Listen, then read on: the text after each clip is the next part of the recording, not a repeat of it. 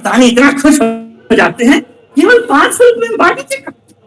तो अपनी बॉडी के बारे में भूल जाते बॉडी आ, अब तुरंत आप फोन करते हो उस कीड़े को जो नंबर लिखा है उस मच्छर को कि तुरंत मेरे घर आइए, मेरा फुल बॉडी चेकअप कर। एक मच्छर घूम के आता है टहलता हुआ मोटरसाइकिल से, ठीक है, ये ऐसे ही मोटरसाइकिल चलाता हुआ टुट्टी दबाता हुआ चला रहा है और आपके पास बैठेगा तो आप ब्लड निकालना शुरू कर देगा। अगर आप थोड़े पढ़े लिखेंगे आपके, अरे भैया साबुन से हाथ तो धो लो, तो देखो याद आएगा साबुन से हाथ धोना था, आज हम वॉशरूम गए थे वहां से सुबह जब फ्रेश होने गए थे तब भी भूल गए, तो उसको याद आएगा जब 2 बार अभी एक ही काम कर लेते हैं, सुबह तो धोया नहीं था अभी धो लेते हैं, तभी साबुन से हाथ धोएगा और ब्लड निकालेगा। और केवल 599, 600, 700 रुपए हाथ से लेगा और फिर मोटरसाइकिल तैयार करेगा और कुछ और सोचता हुआ गाड़ी स्टार्ट। सेंटर पहुंच गए, जो सेंटर एक पान की दुकान में खुला हुआ है, सैंपल को डस्टबिन फेंकेगा, डस्टबिन फेंकेगा। मरीज से बात करते समय ये 2-3 चीज जान जाएगा कि मरीज को बीमारी कौन सी है, ये सिखाया जाता है।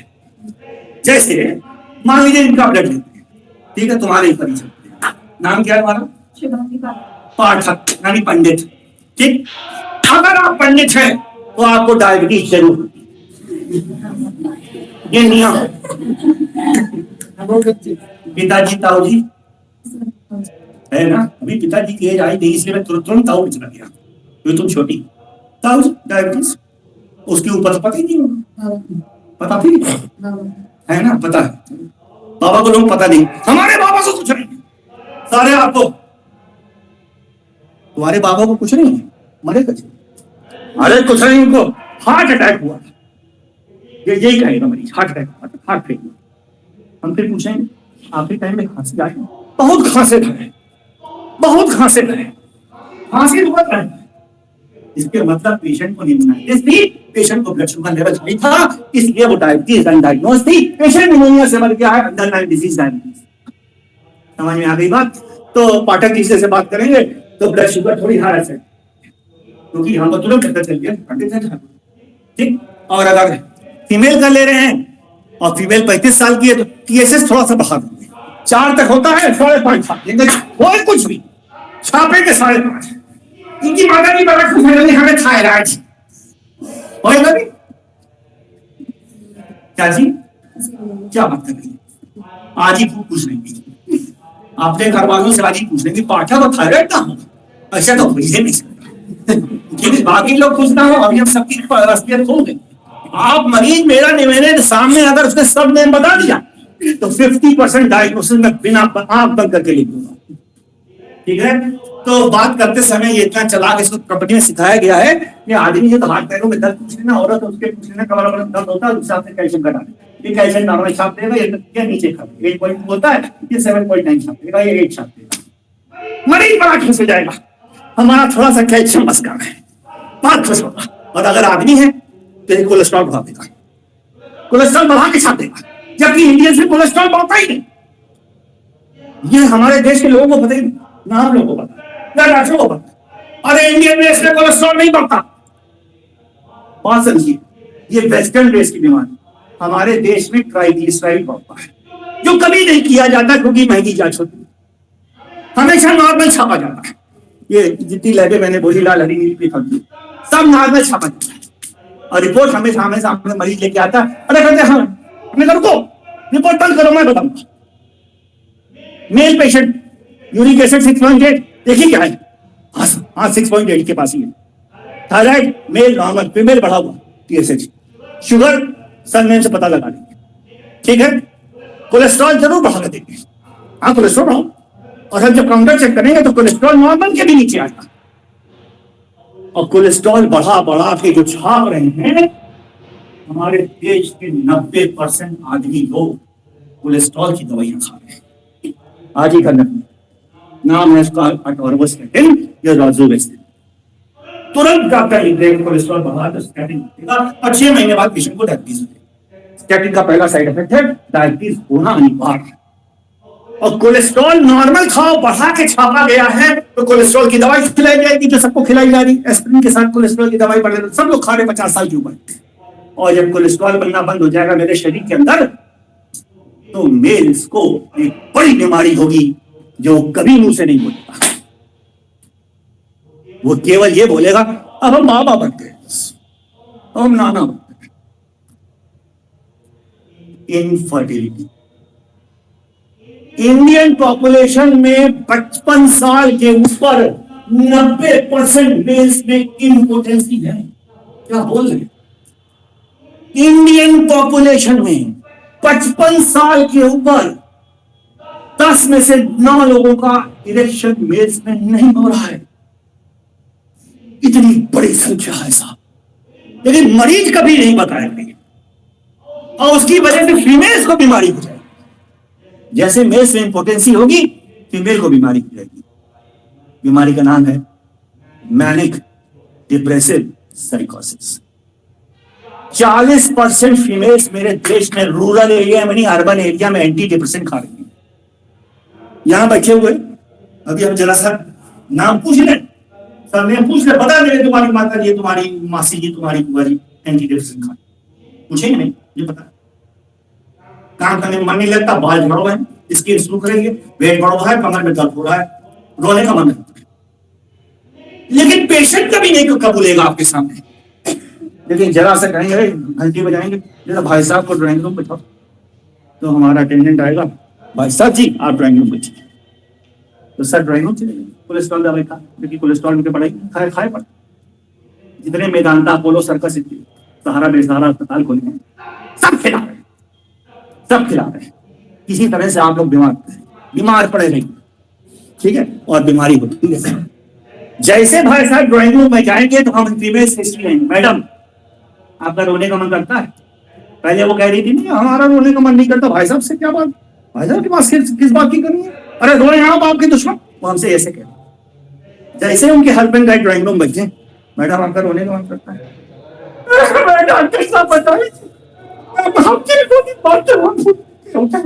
हमने कहा सेक्सुअल लाइफ कैसी है? अरे जमाना हो गया, भाई साहब को ठीक कर दीजिए, भाई साहब को ठीक कर दीजिए। सच्चाई बता रहा हूं। तब मैं भाई साहब को बोलूं तो उससे पूछता नहीं नहीं मुझे ऐसी कोई तकलीफ। अरे मैंने कहा आपको तकलीफ, मैं टेस्ट करने जा रहा हूं आपका, आप ही के सामने, और तकलीफ बोल के नहीं चिल्ला के बोलने। अरे डॉक्टर साहब आप तो अंतर्यामी, आप तो अंतर्यामी, ठीक है, किसी तरह ठीक हो सकते। हमने कहा ठीक हो गए।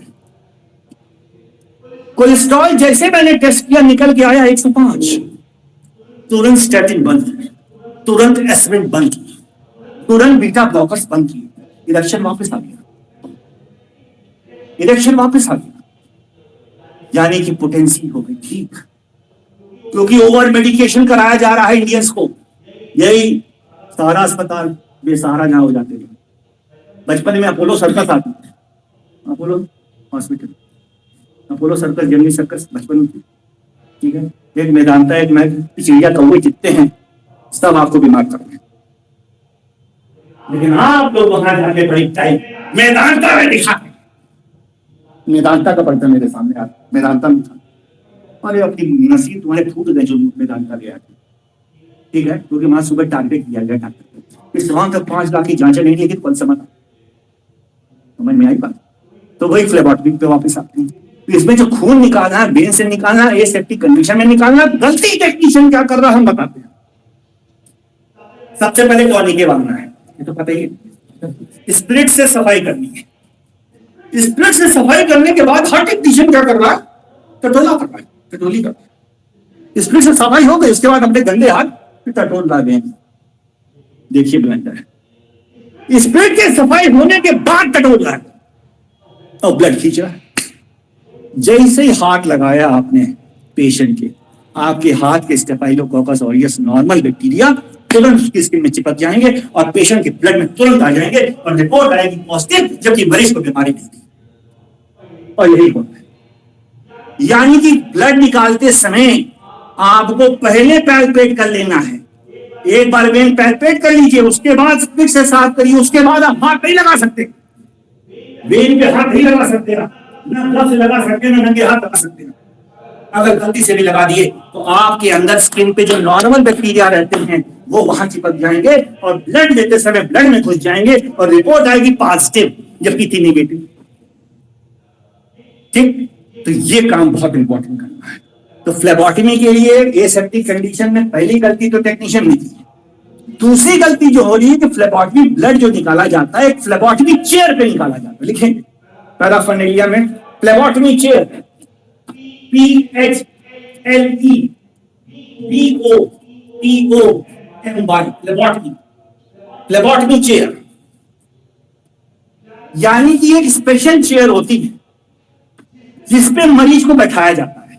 ठीक है, फ्लेबोटमी चेयर ऐसी होती है जिसमें पैर फैला लिए, जैसे एरोप्लेन में हमने देखा, एरोप्लेन में चेयर्स होती हैं, जैसे हम एयरपोर्ट और आसान कर देते हैं। जितने मॉल खुले हैं पिक्चर हॉल, उसमें जो चेयर बड़ी वाली आगे खिसक जाती है, वो फ्लेबोटमी चेयर है।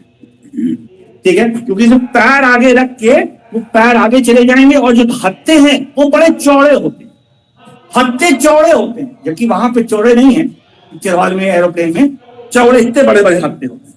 और हाथ पेशेंट का हत्थे पे ऊपर होना चाहिए, ना इधर गिरेगा ना उधर। अगर गिरता है इसके मतलब फिर कंटामिनेट हो जाएगा आपका सैंपल और रिपोर्ट आएगी गलत। तो फ्लेबोटमी यानी खून निकालने के लिए जो सबसे इंपॉर्टेंट प्रोसीजर है वो एसेप्सिस है, यानी कि पहले वेन को पैल्पेट करेंगे, फिर स्पिट से साफ करेंगे और फिर ब्लड निकालेंगे, और उसके बाद चुपचाप ब्री रख देंगे, और उसके बाद जब ब्लड बंद हो जाएगा तो बैंडेज लगा देंगे चुपचाप। इतना सिंपल सा काम। और दूसरा काम फ्लेबोटमी चेयर, क्योंकि अगर छोटी मोटी ऐसी चेयर पे निकालेंगे तो हाथ इधर गिरेगा, हाथ उधर गिरेगा, काउंटर हो सकता है, ब्लड नहीं निकलेगा, फिर आप खोजेंगे, फिर तीसरी बार खोजेंगे, फिर मरीज मारेगा। ठीक है, तो फ्लेबोटमी चेयर पे जब बैठा देंगे तो पेशेंट रिलैक्स हो जाएगा, उसका पैर आगे चला जाएगा। बड़े बड़े हत्थे हैं तो हत्थे पे हाथ बड़े आराम से रहेगा और आपको ज्यादा एरिया मिलेगा काम करने के लिए।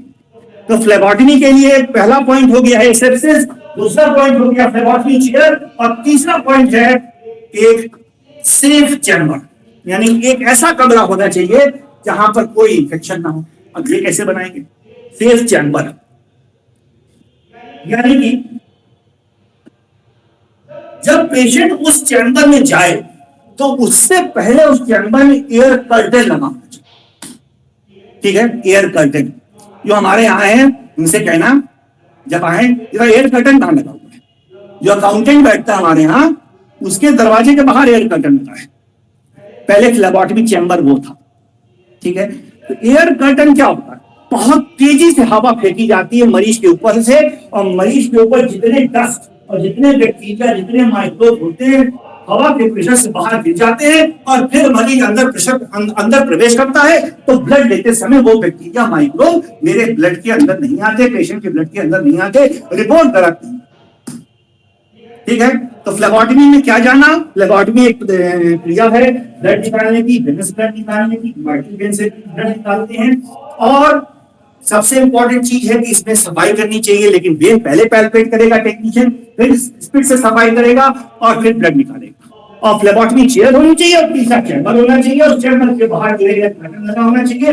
और ये चैम्बर जो है रात में फॉर्मलाइज किया जाता है। फॉर्मलाइज करता कोई नहीं, लेकिन बताने के लिए है, यानी कि रात में क्या करेंगे, उस कमरे में चारों कोने में एक एक फॉर्मलिन टैबलेट रखते हैं, एक एक टैबलेट आती है फॉर्मलिन की, वो रख के दरवाजा बंद करते हैं। वो टैबलेट अपने आप हवा में उड़ जाती है और पूरा धुआं हो जाता है। फॉर्मलिन की महक आपने सुनी होगी, डेड बॉडी को फॉर्मलिन में भिगोया जाता है, आंखों से पानी आने लगता है, इतनी ज्यादा फॉर्मलिन बनती है। तो रात भर में वो चैम्बर पूरा फॉर्मलाइज हो जाएगा, बैक्टीरिया, वायरस, फंगस उस चैम्बर के अंदर सब मर चुके होंगे। ठीक है, इस तरह से हम उस कमरे को डिसइंफेक्ट, ये बहुत इंपॉर्टेंट पूछा जाएगा, हाउ विल यू स्टरलाइज और डिसइंफेक्ट द फ्लेबोटमी चैम्बर। ठीक, तो हम अपने फ्लेबोटमी चैम्बर को दो तरह से काम कर सकते हैं, दो तरह से उसकी सफाई कर सकते हैं। सफाई का ये नहीं झाड़ू पोछा, झाड़ू पोछा तो हो ही रहा है, माइक्रोबायोलॉजिकली इसको कैसे स्टरलाइज कर सकते हैं। तो पहला तरीका मैंने बताया डिसइंफेक्शन का, जो है फॉर्मलाइजेशन, फॉर्मलाइजेशन। अब दूसरा तरीका मैं बताने जा रहा हूं स्टरलाइजेशन। दो प्रोसीजर होते हैं, मोटी टेक्नीशियन के लिए ये खास बात याद रखनी है कि कोई भी इंस्ट्रूमेंट को स्टरलाइज करने के लिए दो तरह के प्रोसीजर होते हैं, एक होता है डिसइंफेक्शन और एक होता है स्टरलाइजेशन। ठीक, नाम सुना है, तो दोनों में फर्क क्या है। Sterilisation is a physical process to kill all microbes, and disinfection is a chemical process to kill all microbes. तो दोनों में ये फर्क है। जो स्टरलाइजेशन है, STERILIZATION, स्टरलाइजेशन है एक फिजिकल तरीका है किसी चीज को बिल्कुल कीड़े मकोड़ों से, माइक्रोब से मुक्त करने का, और डिसइंफेक्शन एक केमिकल तरीका है उस चीज को हमेशा के लिए माइक्रोब से मुक्त करना।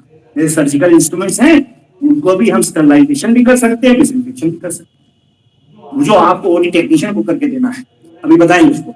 तो हम अपने जो फ्लेबोटमी चैम्बर है, मैं दो तरह से साफ कर रहा हूं। एक डिसइंफेक्शन मैंने बता दिया, केमिकल तरीका, फॉर्मलाइजेशन। अब मैं फिजिकल तरीका बताने जा, दोनों में से एक किया जाए। फिजिकल तरीके में उस चैम्बर में UV light, UV rod, ultra violet light, ये बड़ी खतरनाक लाइट है। Ultra violet light, ultra violet light बहुत ही खतरनाक लाइट है। अल्ट्रा वायलेट लाइट ये इतनी खतरनाक लाइट है। यूवी लाइट, यूवी लाइट के माइक्रोस्कोप भी आते हैं, हमारे यहाँ है, यूवी लाइट भी लगी है। यूवी लाइट का साइड इफेक्ट, पहला साइड इफेक्ट है ब्लाइंडनेस। अगर आपने यूवी लाइट को डायरेक्ट देख लिया तो आप अंधे हो सकते हैं। यूवी लाइट यहाँ जल रही है, मान लीजिए ये यूवी लाइट है, नीले रंग की होती है, मैंने यहाँ यूं आंख लाया, मेरी आंख गई, मैं अंधा हो जाऊंगा। और दूसरा साइड इफेक्ट है स्टेरिलिटी। स्टेरिलिटी यानी स्पर्म काउंट 0 हो जाएगी, मेल्स में स्पर्म भरना बंद हो जाएगी।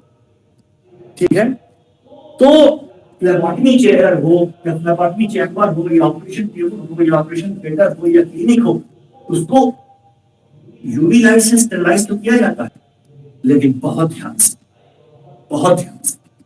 ध्यान ये देना है कि अगर आप का स्टाफ हमसे बदला लेना चाहे, मैं बैठा हूं चैम्बर में, यूवी लाइट लगी है क्लिनिक में, और धीमे से आएगा, स्विच ऑन कर दिया और यूवी लाइट जल रही है, आपको पता ही नहीं चलेगा। आप यूवी लाइट में बैठे रहेंगे, आपको कुछ पता ही नहीं चलेगा। ठीक है, और मान लीजिए 1 हफ्ता ऐसा किया तो उसके बाद आदमियों में नपुंसकता हो जाएगी, स्पर्म काउंट 0 हो जाएगा। तो जो स्टाफ से आपने गंदे से बोला है वो धीमे से यूवी लाइट ऑन करेगा और आपको पता नहीं चलेगा। तो इसके लिए क्या करना चाहिए? उसके लिए ये करना चाहिए, यूवी लाइट यहां लगी है तो उसका स्विच 7 फुट में लगता है। 7, मेरा हाथ नहीं जाता वहां, और वो भी बाहर, क्योंकि जब मैं क्लीनिक बंद करके जाऊंगा, क्लीनिक बंद है, यूवी लाइट चल, क्लीनिक स्टेलाइज, जब मैं पहले अंदर आऊंगा उसको ऑफ कर दूंगा तो अंदर। समझ में आई बात? यानी कि ऑपरेशन थिएटर को यह सवाल पूछा जाएगा आपसे, कैसे स्टेरलाइज और डिसइंफेक्ट किया जाता है। 2 तरीके हैं, एक फिजिकल तरीका है स्टेरलाइजेशन और एक केमिकल तरीका है डिसइंफेक्शन। मैंने दोनों आपको बता दिए। डिसइंफेक्शन का सबसे कॉमन, सबसे सस्ता टिकाऊ तरीका है फॉर्मलाइन टैबलेट। एक टैबलेट चारों कोने में रख देंगे। जैसे ये वाला कमरा थोड़ा बड़ा है तो यहाँ एक टैबलेट रखेंगे, एक टैबलेट यहाँ, एक यहाँ, एक यहाँ, एक यहाँ, एक यहाँ, एक यहाँ, और कमरे को बंद कर देंगे। टैबलेट अपने आप फॉर्म हो जाएगी, रात भर में पूरा धुएं से भर जाएगा और रात भर में सारे माइक्रोब मर जाएंगे और कमरा डिसइंफेक्ट हो जाएगा। इसको फॉर्मलाइजेशन। चाहे ऑपरेशन थिएटर हो, चाहे क्लिनिक हो, चाहे डेंटल क्लिनिक हो, चाहे ओटी हो, चाहे माइनर ओटी, चाहे और दूसरा है डिसइंफेक्शन। डिसइंफेक्शन में सॉरी फॉर्मलाइजेशन है, स्टेरलाइजेशन फिजिकल प्रोसेस में यूवी लाइट, यूवी लाइट। लेकिन यूवी लाइट बड़ी खतरनाक है, तो ध्यान रखिएगा। यूवी लाइट ऐसे नहीं है पंखे के पर डिसइंफेक्शन, पंखा चला दिया वो भी चला दिया, पता ही नहीं चला कौन चला। ठीक है, और आप बच्चे आराम से 1 हफ्ते बाद तलाश होगी, बहुत बड़ा टीका लगा के आए, बहुत बड़ा मर्द समझ यूवी लाइट चले आ रहे हैं, अंदर है और पता आपको चलेगा नहीं। ठीक है, तो ये इसका साइड इफेक्ट है यूवी लाइट का। तो यूवी लाइट का क्या साइड इफेक्ट है? ब्लाइंडनेस। यूवी लाइट का साइड इफेक्ट क्या है? तीसरा है कैंसर। कैंसर, अगर यूवी लाइट से आप ज्यादा एक्सपोज हुए तो स्किन कैंसर हो जाएगा, और स्किन कैंसर का नाम है बेसल सेल कार्सिनोमा, जिसको रोडेंट अल्सर भी, रोडेंट मतलब चूहे ने होता लिया ऐसा अल्सर। इंडियंस को कम होता है और गोरों में ज्यादा होता है, क्योंकि वो यूवी लाइट को बर्दाश्त नहीं। यूवी लाइट वो बर्दाश्त नहीं कर पाते गोरे, वो सनलाइट भी बर्दाश्त नहीं कर पाते क्योंकि उनके स्किन में इक्विपमेंट्स कम है। हमारा ब्राउन स्किन है, हमारे में है लेंथ थोड़ा ज्यादा है, लेकिन अब अफ्रीका में चले जाएंगे तो कम में और ज्यादा। ठीक है, तो गोरों में बेसल सेल कार्सिनोमा होता है, इंडियंस में होता यूवी लाइट से। तो ये हमारे यूवी लाइट के साइड इफेक्ट्स भी हो गए और यही प्रोसीजर हो गया स्टरलाइजेशन में और डिसइंफेक्शन में हो गया फॉर्मलाइजेशन। तो देखिए हम जो पढ़ा रहे हैं वो इधर से उधर भाग जाएंगे, उधर से इधर भाग जाएंगे। ठीक है, जो पढ़ाना है वो तो हम पढ़ाएंगे पढ़ाएंगे, जीवन में आपको प्रैक्टिस में क्या अनुभव देना वो मैं 40 साल का बोल रहा हूँ, 40 साल का एक्सपीरियंस बोलना। ठीक है, तो ये हो गया फ्लेबोटमी चेयर, फ्लेबोटमी चैम्बर, कैसे इसको सफाई करेंगे और एसेप्टिक कंडीशन में कैसे ब्लड निकाला जाएगा। ये हो गया हमारी फ्लेबोटमी। अब हम आते हैं बायोमेडिकल टेस्ट, बहुत ही इंपॉर्टेंट चैप्टर है बायोमेडिकल टेस्ट।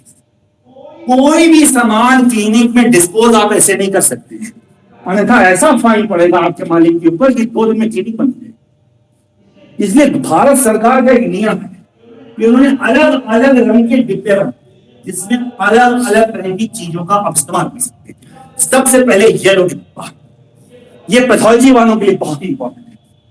येलो माने सबसे ज्यादा खतरा, सबसे ज्यादा खतरा। देखिए उनकी बात है, रेड में खतरा होता है, बच्चों वाले के लिए रेड में होता है, येलो डस्टबिन रखा हुआ है खतरा, यानी कि सबसे मौत वाली चीजें येलो में है। जैसे जब आप देखेंगे लिखेंगे येलो डस्टबिन में क्या क्या डालना है।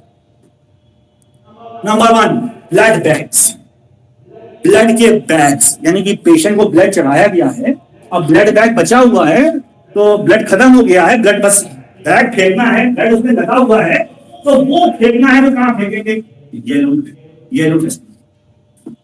अभी आपने ये नहीं पूछा कि सर ये इसमें क्या खतरा, इसमें क्या खतरा।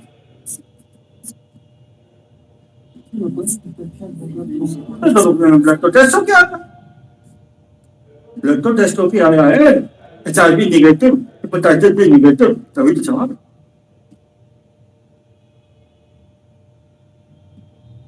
जो ब्लड टेस्ट हो रहा है हमारे यहाँ सब फर्जी है, सब फर्जी है। इवन PGI में कोई रह चुके हैं तो इतनी बड़ा शब्द बताने जा रहे हैं कि आपके पैर से धरती खिसक जाएगी। अगर मैं राम नंबर 1 ब्लड चढ़ाऊं किसी मरीज को तो एक बोतल की कीमत 25,000 पड़ेगी, 25,000 रुपए की बोतल पड़ेगी। अगर हम पूरी स्क्रीनिंग के साथ ब्लड चढ़ाएंगे तो, और हमारे यहाँ ब्लड तो फ्री में मिल रहा है, आप दीजिए फ्री में पाइए, तो फ्री में जांच हो पाएगी नहीं। जांच क्या हो रही है, 2 कौड़ी का कैसेट, HIV कर दिया, बूंद आ गई तो पॉजिटिव, नहीं आई तो नेगेटिव, हेपेटाइटिस बी की स्ट्रिप डाल दी, बैंड आ गया तो पॉजिटिव, नहीं तो नेगेटिव।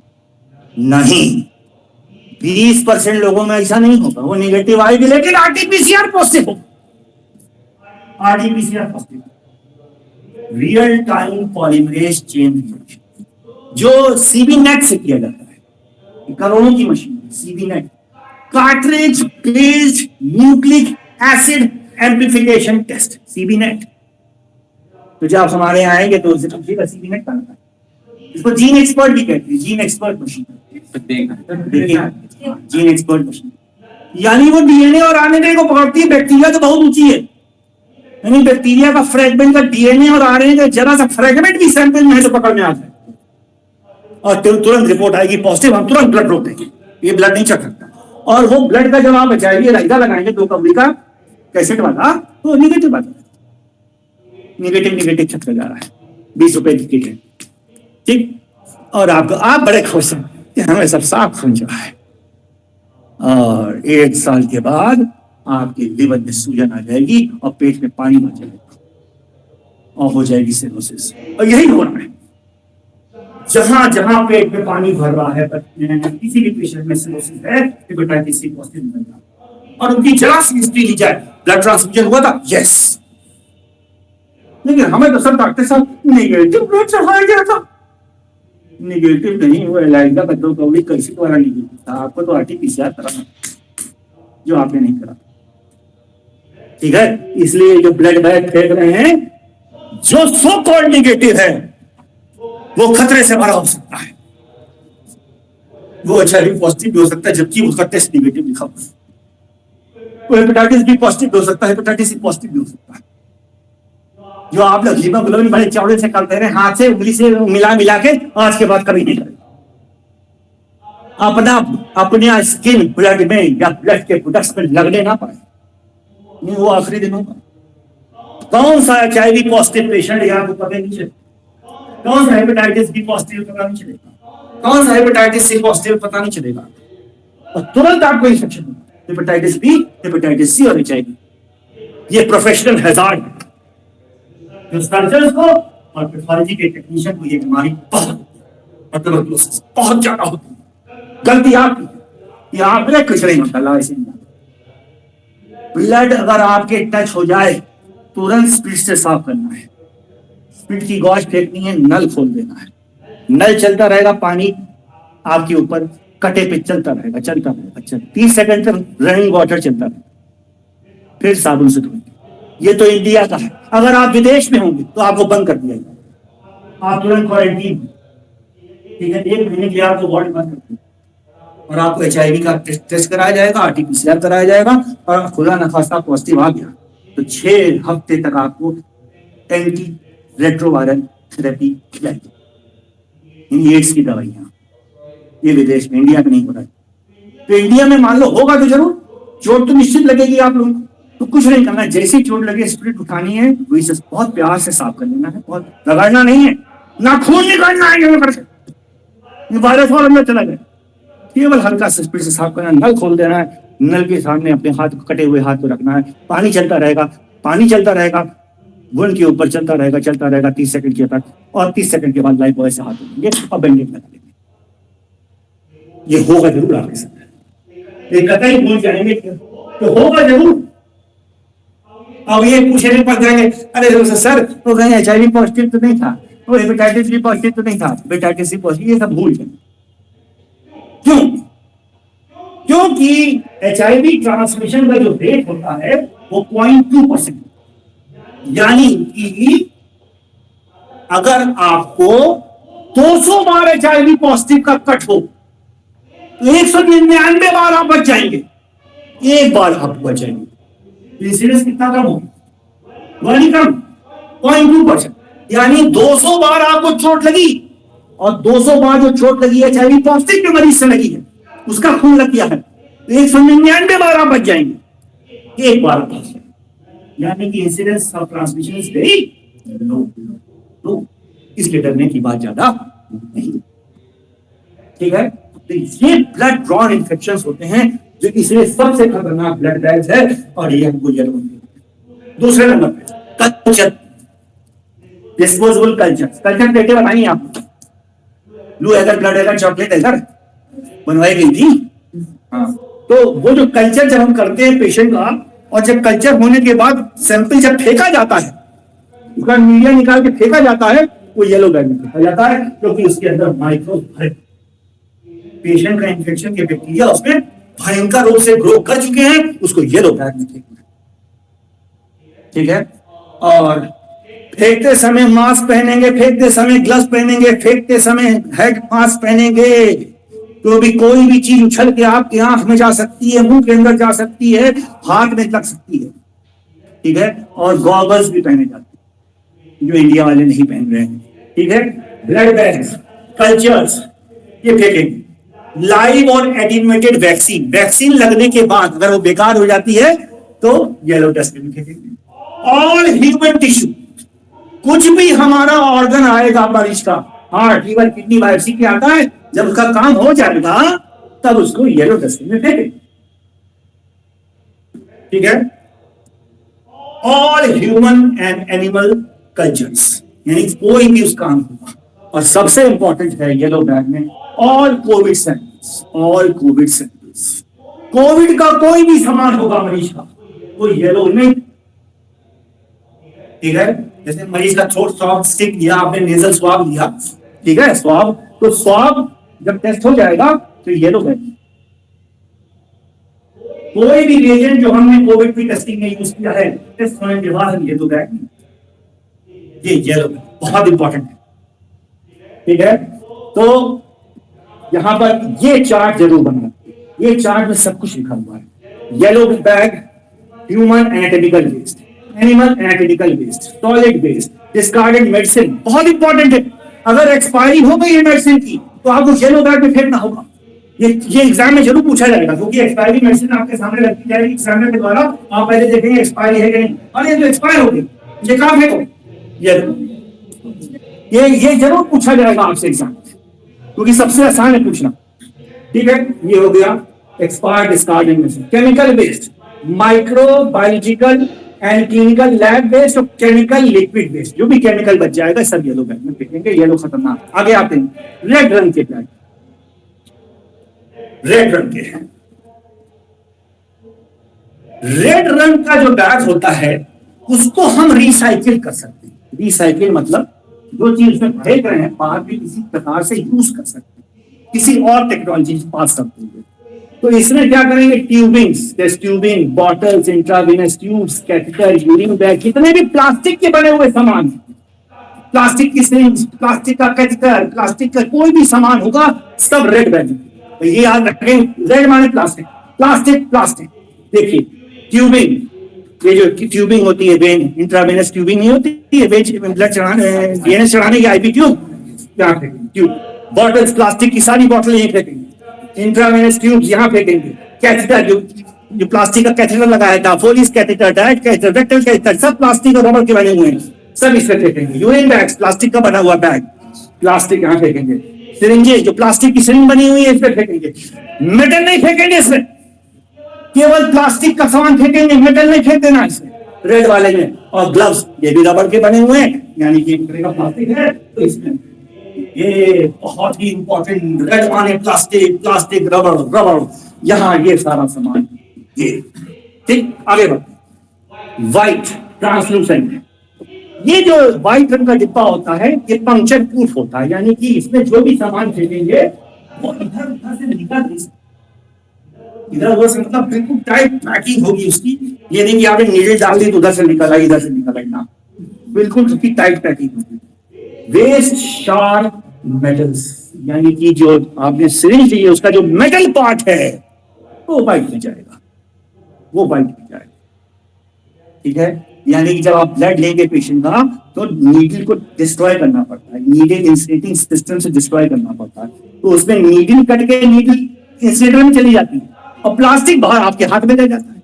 प्लास्टिक को आप इधर फेंक देंगे रेड में, नीडल जो अंदर कट के जल के चली गई है इंसुलेटर में, वो जब आप खोल के फेंकेंगे उसको, जब भर जाएगा तो व्हाइट में फेंकेंगे, क्योंकि वही खतरनाक है। ये तो कहीं भी चुन सकती है आपको, और बड़ा ध्यान से फोकस करते हुए काम करेंगे। ठीक है, नहीं तो आपको चुप जाएगी, तो ये ब्लड बॉर्न इन्फेक्शन होगा।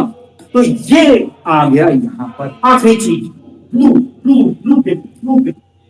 जितना भी सामान शीशे का बना है वो ब्लू बिन में फेंका जाए, जैसे स्लाइड्स, जैसे पेटिपेश, जैसे फ्लास्क, कोनिकल फ्लास्क, बीकर, ठीक, जो भी शीशे का सामान है, यूरिन बॉटल शीशे की, वो सब ब्लू।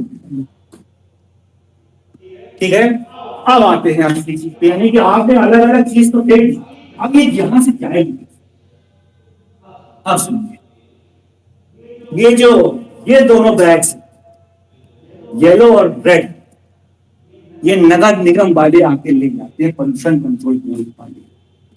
ले जाने से पहले जो क्रिया है कागज में लिखी है कि आपको ये सामान येलो और रेड वाला ऑटो क्लेम करके उनको पकड़ाना। ये कोई नहीं करता,